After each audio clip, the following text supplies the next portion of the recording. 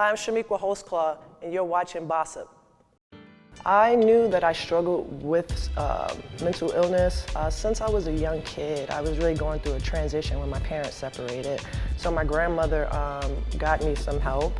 But for me, it's been a story of having this success. You know, I was involved in basketball, so it was like sweeping stuff under the rug. And when I was in college, the same thing. I mean, I remember shooting a cover of a Sports Illustrated, and the next day I'm like, Coach, like something's not right. Like I'm all this success and things are going great, but I just feel so off balance. And I remember talking to a therapist and starting to go to sessions. But again, I gotta get that 20 and 10, so I swept it under the rug. And it was not until I lost my grandmother. It was like a major trigger in my life, and I went like really, really low to a stage where I lost like track of 3 days in my apartment in DC.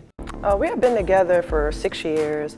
A great relationship. We've never had any problems or issues. Here, people were judging my relationship, making it seem like I was an abusive person. Yeah, it was tough. I've never experienced anything like that in my life. I was talking to her because I'm like going through a lot. My aunt was diagnosed with stage 4 cancer, and they like gave her a short time to live, and so I'm just like, oh my God, I need someone to talk to.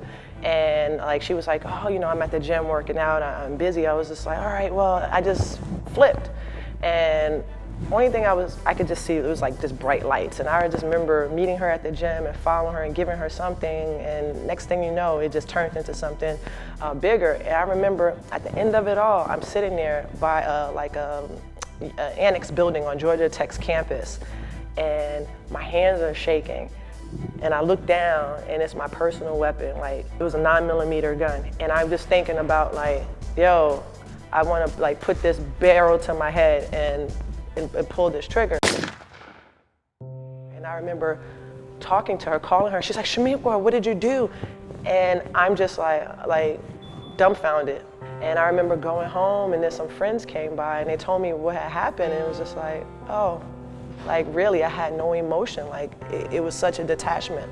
No, the police didn't immediately arrest me. I actually called and told, self-reported, and said what had happened or whatever.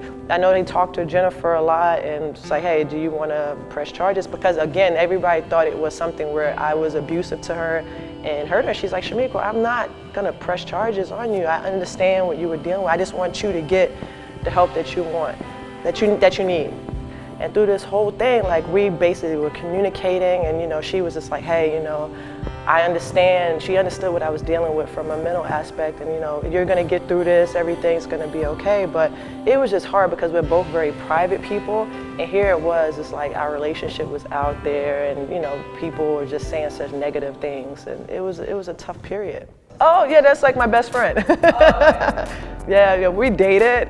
Me and Steve dated probably 2 or 3 years when I played for the Mystics, and we're so much alike. Oh my God, we're like, oh God, we had the same truck. Like we didn't even know. Like we just do stuff, and we're like, oh, like this is unreal. But I remember, like I'm just like, we can't date anymore. And he's like, yeah, like this is odd, and we've been best friends. I talk to him like every day. Oh no way, no way. I played basketball probably with Ron Artest, Meta World Peace, until we were like 15. He was my backup actually on our team.